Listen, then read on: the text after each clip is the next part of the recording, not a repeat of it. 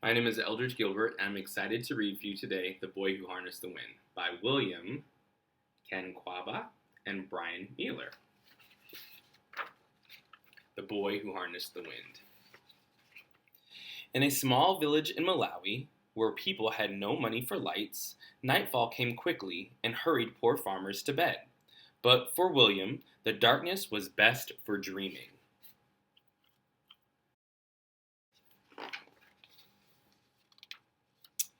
He dreamed of building things and taking them apart, like the trucks with bottle cap wheels parked under his bed, and pieces of radios that he cracked open and wonder, if I can hear the music, then where is the band? His grandpa's tales of magic also whispered in the pitch black of his room. Witch planes passed through the window while ghost dancers twirled around the room as if 100 men were inside their bodies. At dawn in the fields, William scanned the maze rows for magical beings, then wondered as a truck rumbled past, how does its engine make it go? Pay attention where you throw that hoe, his father shouted. You'll cut your foot off. For all its power over dancers and flying things, magic could not bring the rain. Without water, the sun rose angry each morning and scorched the fields, turning the maize into dust. Without food, Malawi began to starve.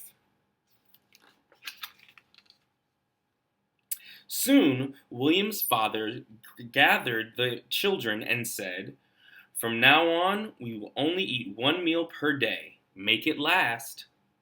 In the evenings, they sat around the lantern and ate their handful, watching hungry people pass like spirits along the roads. Money also disappeared with the rain. Pepani, his father said, I'm sorry. You will have to drop out of school. Now William stood on the road and watched the lucky students pass, alone with the monster in his belly and the lump in his throat. For weeks he sulked under the mango tree until he remembered the library down the road, a gift from the Americans. He found science books filled with brilliant pictures. With his English dictionary close by, William put together how engines moved through big trucks, how radios pulled their music from the sky. But the greatest picture of all was a machine taller than the tallest tree with blades like a fan. A giant pinwheel? Something to catch magic? Slowly, he built the sentence. Windmills can produce electricity and pump water. He closed his eyes and saw a windmill outside his home, pulling electricity from the breeze and bringing light to the dark valley. He saw the machine drawing cool water from the ground, sending it gushing through the thirsty fields, turning the maize tall and green, even when farmers' prayers for rain went unanswered. This windmill was more than a machine. It was a weapon to fight against hunger. Magasi a pueblo, he whispered, I will build the electric wind.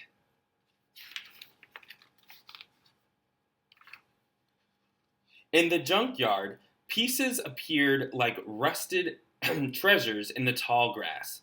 A tractor fan, some pipe, and bearings and bolts that required every muscle to remove. Tonga, he shouted to the birds and the spiders, holding up his prize. But as William dragged his metals home, people cut out to him. This boy is Misala.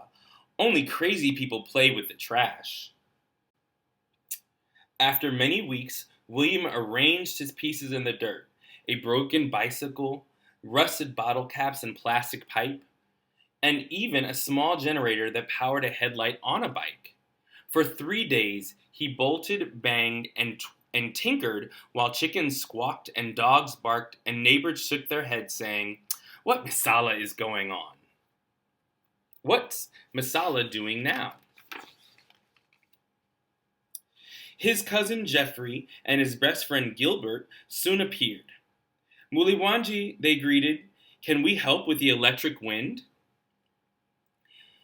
Grab your pangas and follow me, he said, and took them into the forest. Together, they swung their sharp blades into the trunks of blue gum trees, then hammered them together to make the tower. Standing atop, William shouted, "Bring it up!" while the boys tugged and heaved. A crowd gathered below and gazed at his strange machine that now leaned and wobbled like a clumsy giraffe. Some giggled, others teased, but William waited for the wind. Like always, it came. First a breeze, then a giant gusting gale, though towers swayed and the blades spun around.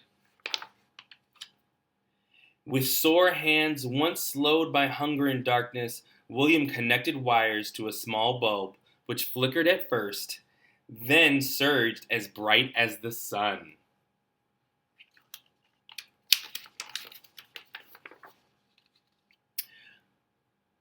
"Wachibunwa," a man yelled. "Well done!" As the doubters clapped and cheered, William knew he had just begun. Light could not fill empty bellies, but another windmill could soak the dry ground, creating food where once there was none. Magasia Pueblo. Electric wind can feed my country, William thought. And that was the strongest magic of all. You can see that this is a true story about a man who created windmills in Malawi and eventually was able to feed his village. Hope you enjoyed The Boy Who Harnessed Wind, Eldridge Gilbert. I love this book because I used to live in Malawi when I was younger, and so I thought it was very inspirational to me, and I hope you enjoyed it as well. Thank you.